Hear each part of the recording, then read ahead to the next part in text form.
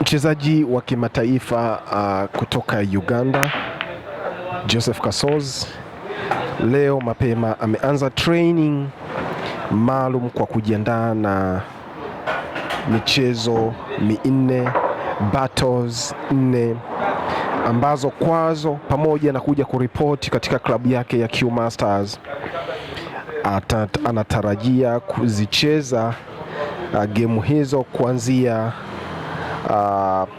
tarehe 3 na kuendelea.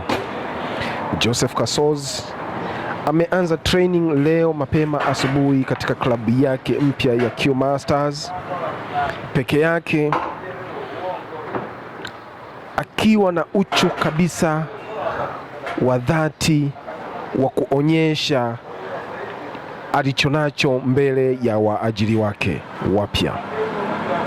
Joseph Kasozi anatarajia kuanza mechi ya kwanza na Jackson Steven katika mchezo ambao utachezwa home and away, lakini ataanzia away katika klabu ya The Snipers na baadaye Jackson Steven atamfuata katika klabu yake ya Q Masters.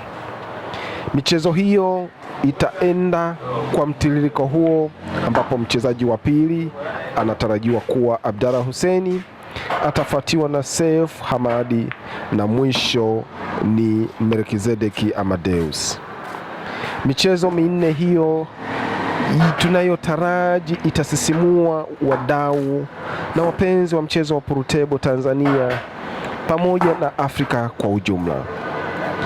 Endelea kufuatilia Sport TV, itaenda ikikujuza hatua kwa hatua kadri mambo yanavyokwenda na nani mwisho wa siku ataonekana kuwa mbabe dhidi ya mwingine.